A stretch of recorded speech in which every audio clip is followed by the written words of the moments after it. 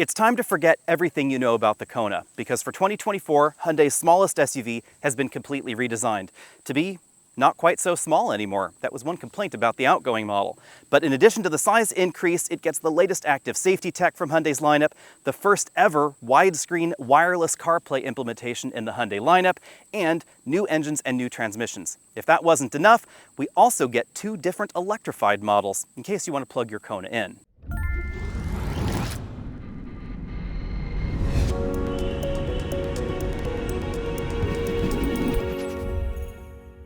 If it looks like I was running a marathon at any point during this video, I apologize in advance. It's really hot and really humid out here in Baltimore. But let's get back to the Kona. The design is definitely a departure from the last generation, but it's still instantly recognizable as a Hyundai because they have borrowed some of the design cues from their electric Ioniq lineup. And that's kind of the interesting twist with the Kona this generation. They said they designed the electric version first, then designed the ICE version around the general profile and shapes that they wanted for the electric model. And I think it shows because this definitely has a rounded and more sleek look than the previous generation, even though it has a fairly tall hood and a fairly boxy profile. It's sort of boxy with rounded edges, I guess you could say. The front edge is very round, but then the headlight modules stick out from that. The headlights are full LEDs. You'll find LEDs standard on the Kona, but the turn signals, those are incandescent in most trims. If you get the Kona Electric and some of the other models it looks like, then we're going to have LED turn signals below. But this LED light pipe, that's perhaps the most defining feature of the front end. It's going to really show up at night, and it looks a lot like the ones in the Ioniq lineup. If you get the electric version, it looks even more like the Ioniq lineup because it's actually going to have a pixel theme up front and then a pixel theme to the lower portion of the bumper. Speaking of the bumper, it does change a little bit depending on the trim you get, and this model is the N-Line. Unfortunately, I've only been able to test the N-Line and the Limited out here, so hopefully when I get a Kona at home, I'm going to actually be able to get the base 2-liter engine. Let me know if I'm crazy in the comment section, but in addition to seeing a lot of Ioniq in this design, I'm also seeing a little bit of Genesis GV60 perhaps, especially in the way this front end is so round in this area, but then we have the squared off proportions below, and as you can see, a fairly horizontal hood. The biggest and most important change for this model year is the size of the Kona. It's not an optical illusion that the front end looks wide, because this is indeed wider than the outgoing model, and it's a whopping 6 inches longer, now at 171.3 inches from tip to tail. But that does not make this the longest entry in the segment, by far. The Honda HR-V, it's 8 inches longer than the Kona. The Corolla Cross, 4 inches longer. But oddly enough, that Honda does not have more legroom than we find here. It actually has right about the same amount. In the cargo area, it's pretty similar as well. So where do the extra inches in the HR-V go? The answer is mainly the bumpers and of course the hood, not to the inside. The trim we're looking at right now is the N-Line trim, so of course we get this distinctive Boy Racer spoiler on top, we get some black accents around the unique wheels on this particular trim, but all models are going to have this sharp crease in the doors, much like we find in some of the other Hyundai models. The LED light bar and the separate tail lights mirror what was going on up front. These are not full LEDs, however, in this trim. We get LED brake lights, but we get incandescent turn signals and incandescent backup lights. If you get the Kona Electric, I was able to sample that a little earlier, that does have full LEDs front and rear.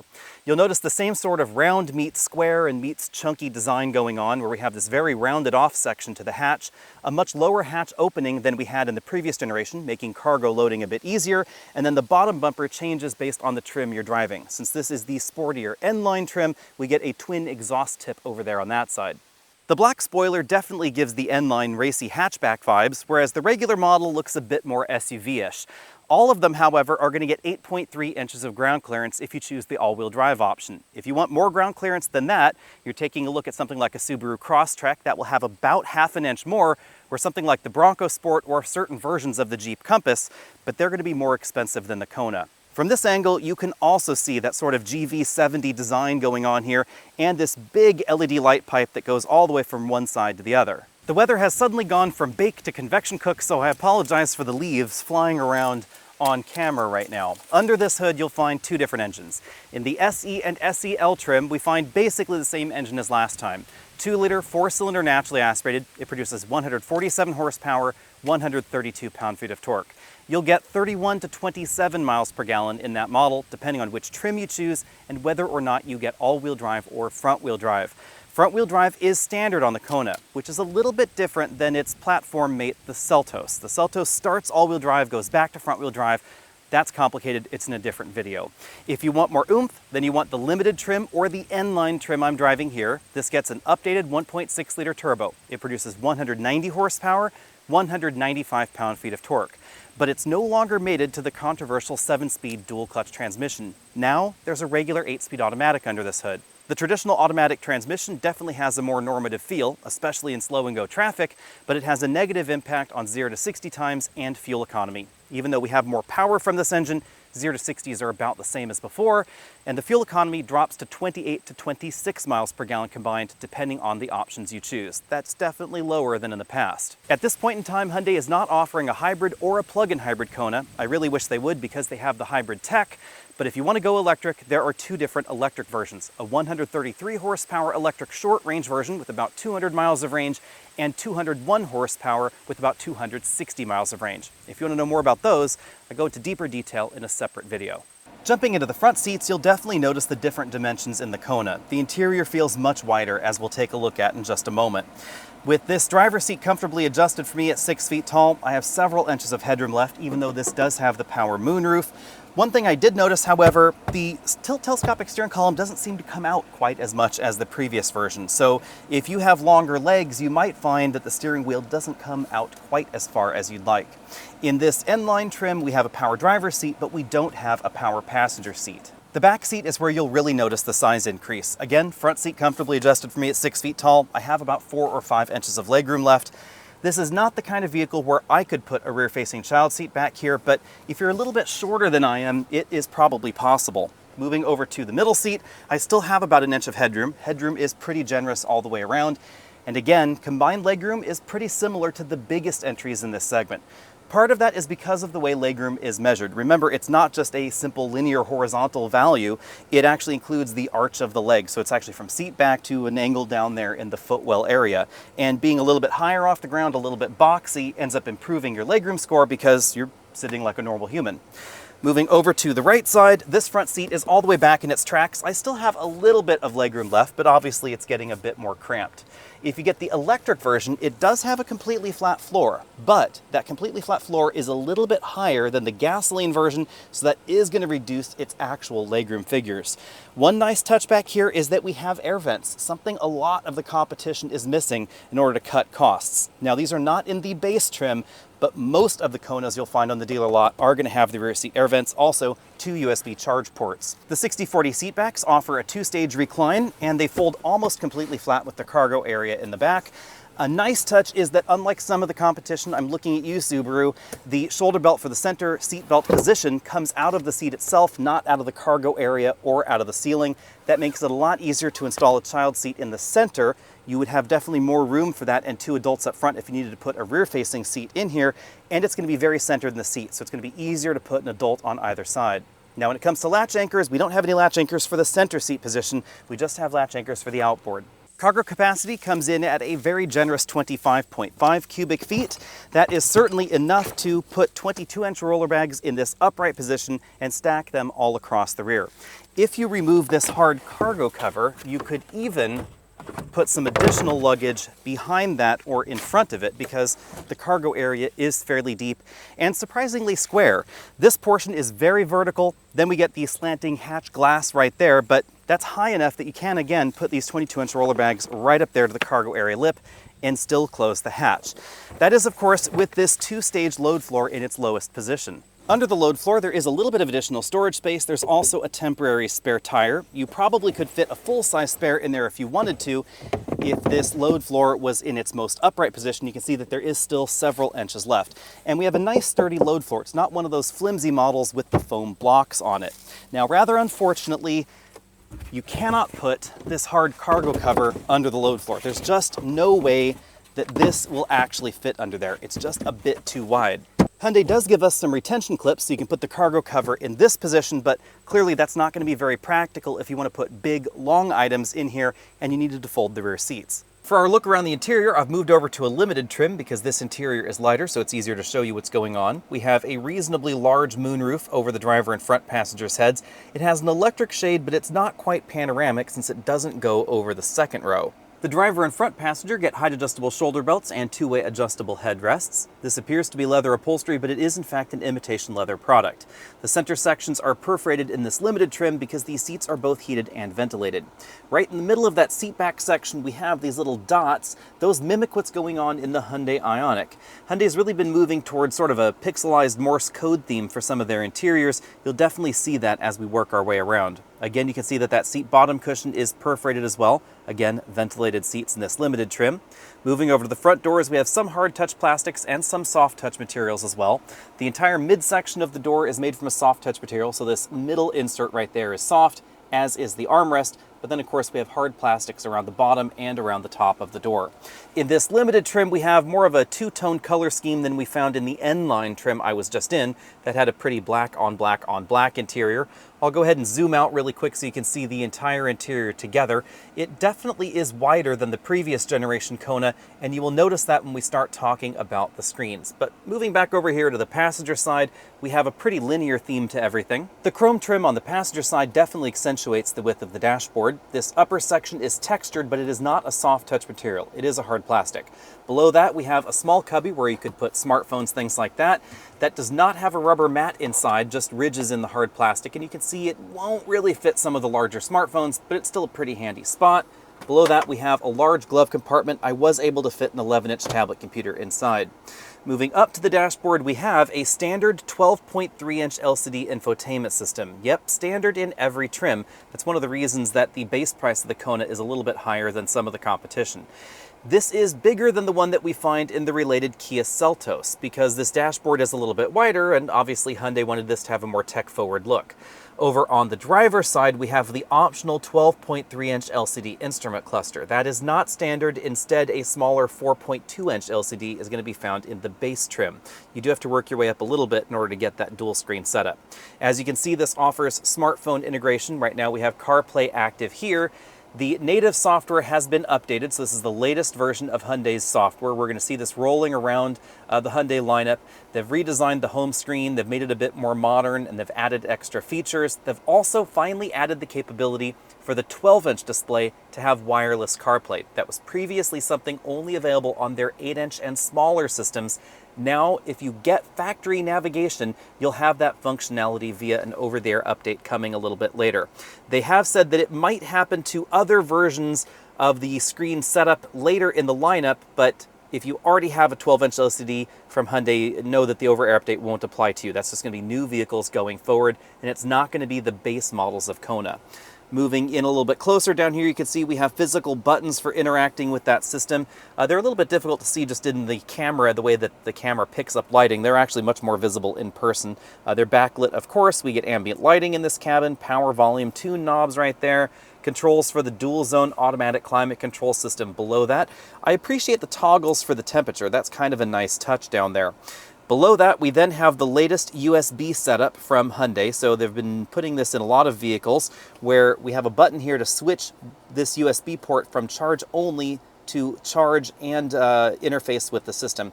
I am kind of surprised by that, but it makes sense that now we're going to get wireless CarPlay why they've done that. This one is always going to be charge only. We then have a Qi wireless charging mat below everything. Then moving down from there, we have the heated and ventilated seat buttons. You can see the one problem with wired CarPlay, you got the wire hanging out everywhere. We then have the drive mode toggle. You can rotate around between normal, sport, and snow mode in this model. We then push the middle to try and lock the center coupling. It will be locked as long as the wheels are relatively straight and your speed is under 50 miles an hour. It's then going to start slipping it when those variables are exceeded. Heated steering wheel button, auto brake hold button, and a button for the 360-degree camera system. A nice touch with the 360-degree camera system is that it now integrates parking sensors into the system. So if, for instance, I put this in reverse, I might actually be able to show you with some of the grass around here. I'm just going to have to pull up close to this tree over here to show you. The front and rear parking sensors of the vehicle now give you a little outline there. So you can see as I get closer to that tree, it's going to change in color and it's going to get closer to the car as well as beat faster. So that's kind of a nice touch that they've integrated that sort of feature in a relatively inexpensive car. Moving back to the center console, we have this very large storage area and these pop-out style cup holders. You can push them away like that and then press the button to have that divider pop back into place. The nice touch with this is that you can put some very large items in this console area. You can put smartphones, small tablets right there. You can even remove this little divider if you wanted to, and then you have access to this entire compartment all the way from the back all the way up there to the front. There is this small divider that you can lay right there on top. We then have a softly padded armrest, but it is a little on the small side.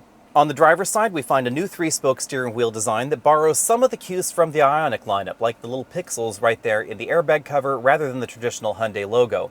We have some pretty aggressive sport grips up top. It's a very comfortable wheel design, especially with the little bump outs right there at the bottom to help keep your hands where they really ought to be on either side of the steering wheel.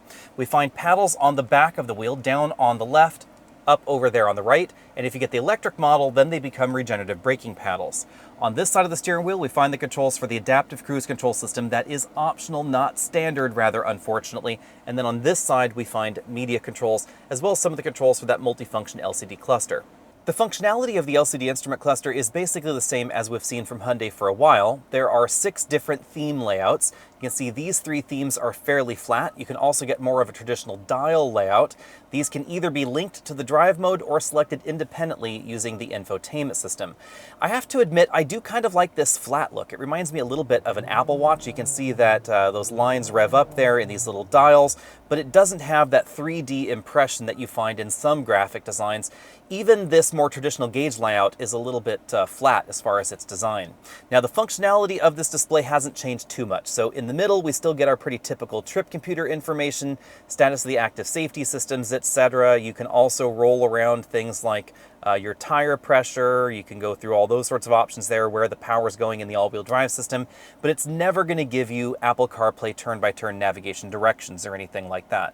Moving out from there, you'll notice something else that Hyundai has borrowed from the Ioniq 5, and that is this column shifter. Park is this button right there at the end. You put your foot on the brake, rotate up for drive, or rotate back for reverse.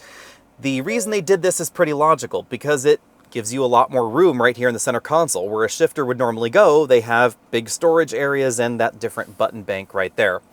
Also kind of borrowed from the Ioniq 5 is this little styling cue to the left of the instrument cluster. It's a fabric area where you can put magnetized things on there. If you wanted to put little notes and then hang them on with a magnet, you could do that. Let's get this 1.6 liter turbo model out on the road.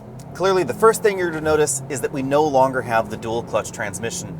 That was a little controversial in the Kona. Personally, I liked it because I like the way DCTs feel, but not everybody out there was willing to live with some of the compromises. DCTs generally give you better fuel efficiency and better 0 to 60 times, but they don't have the same feel, especially in slow and go and stop and go traffic, as a regular automatic like this model has now.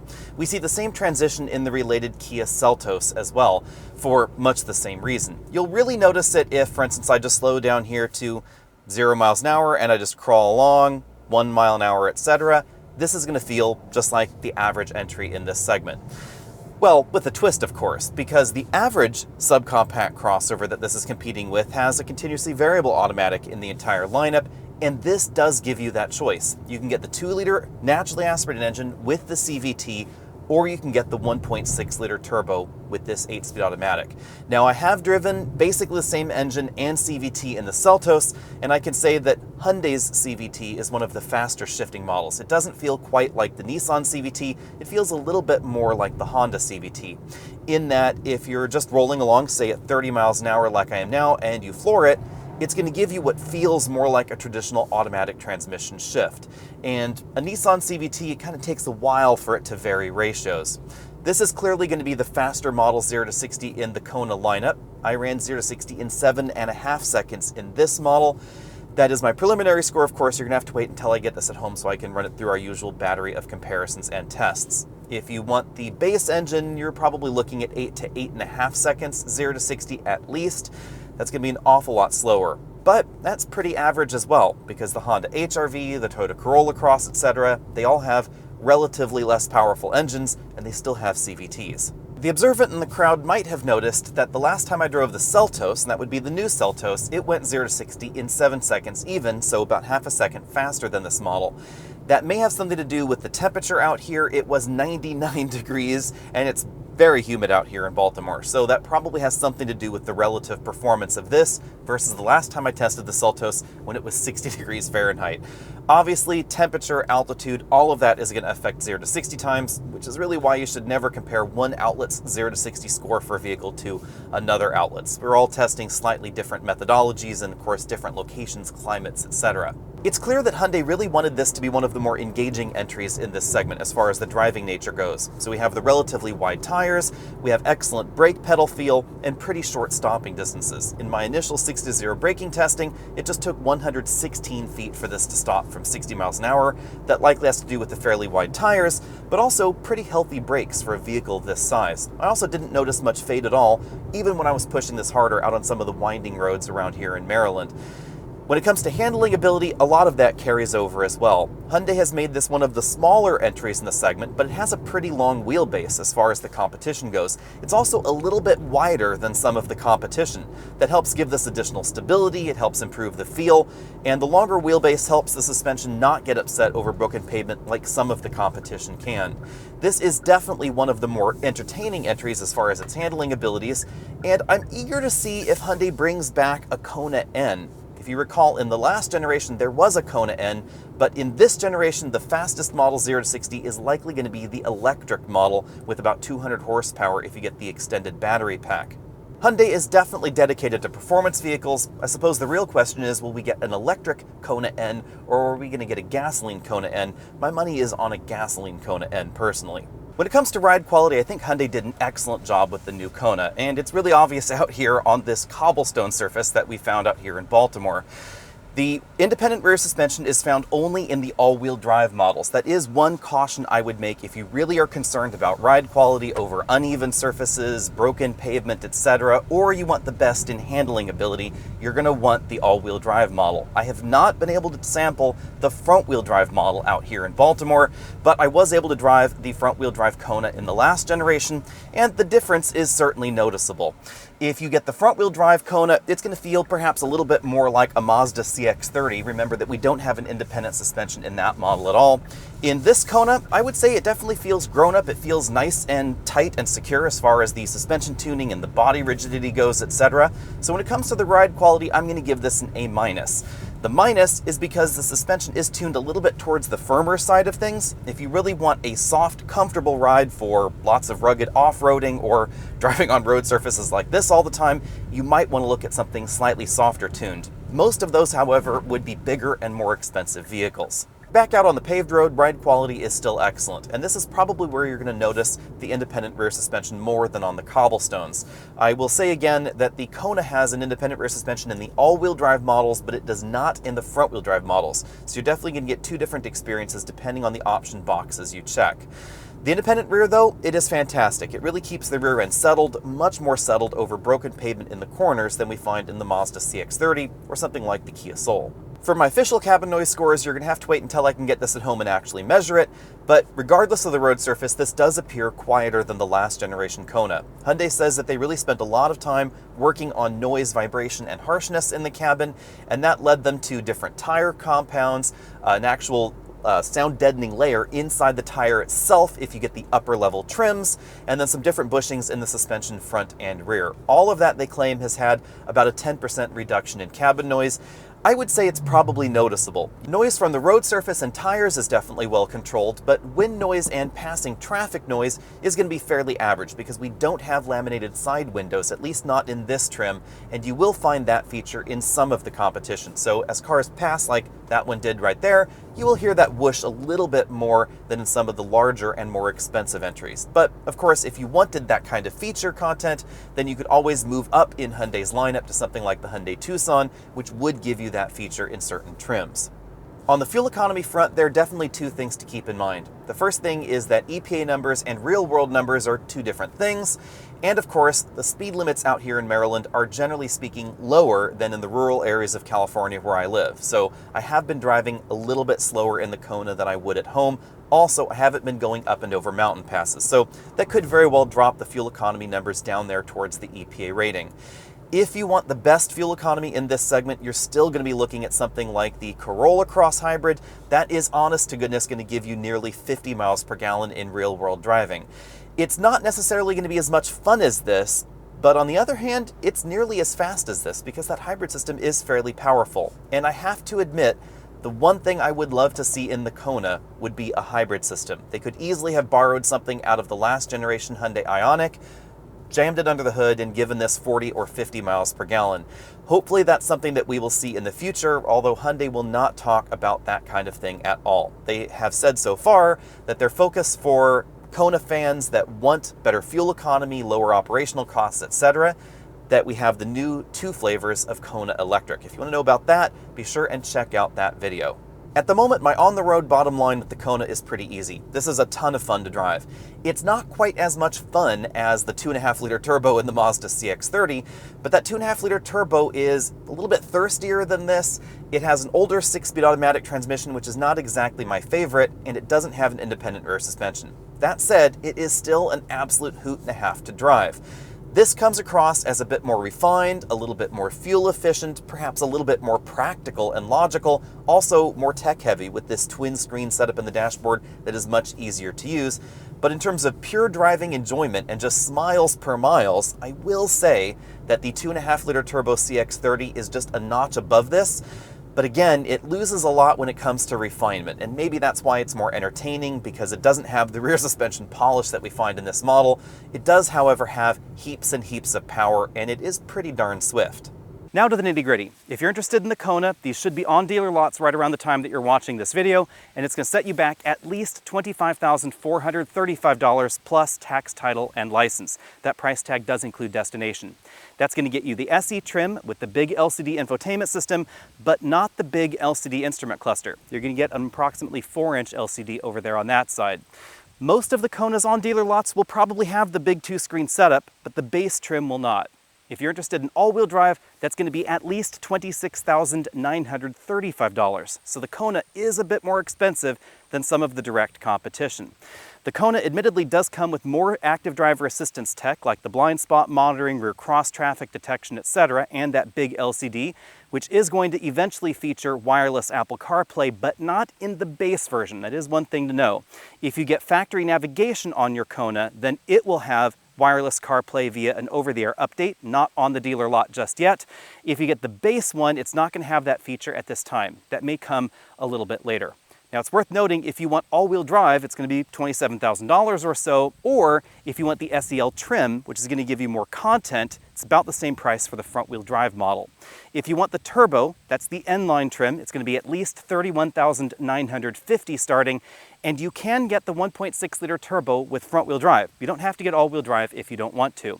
If you want a fully loaded limited trim with all of the available features, you're looking at just under $35,000 or so. That is a wider pricing range than we find in some of the competition, but obviously Hyundai did not want it to step too much on the toes of the Tucson. So if you want even more room, you want even more power, you want the hybrid, the plug-in hybrid, etc., that's all going to be over there in the Tucson. If you're looking for simply one of the best small crossovers in America, then you're definitely looking at the Hyundai Kona. If you're looking for one of the best deals, though, that's a little bit tricky. I do think that the Kia Seltos is a slightly better deal in some trims. It does have smaller screens though, and you'll notice that the interior dimensions of the Seltos are a little bit different. It certainly feels a little bit tighter, especially in the width of the cabin versus the Kona. If you want better fuel economy, that's going to be the Corolla Cross Hybrid. If you want ultimate in reliability in this segment, probably is going to be the Corolla Cross Hybrid as well, although we don't have any reliability statistics on any of the new models that have just come out. Let me know what you would pick if you were shopping in this segment. If I could have my wish, I would have a hybrid Kona. I love the look. I love Hyundai's dual clutch hybrid system, the one that we currently find in the Niro hybrid from Kia, and we used to find in the Ioniq in Hyundai's lineup. We also find in the Elantra in Hyundai's lineup. But unfortunately, they decided not to put that hybrid system in the Kona. I do think that's a pity. Also, I'm really eager to drive the Kona Electric, because if you want something that's even more fun with admittedly electric range, then you want the electric version of the Kona. That's going to give you 200 horsepower approximately. That is an awful lot of fun. Be sure and check out that video. See all of you later.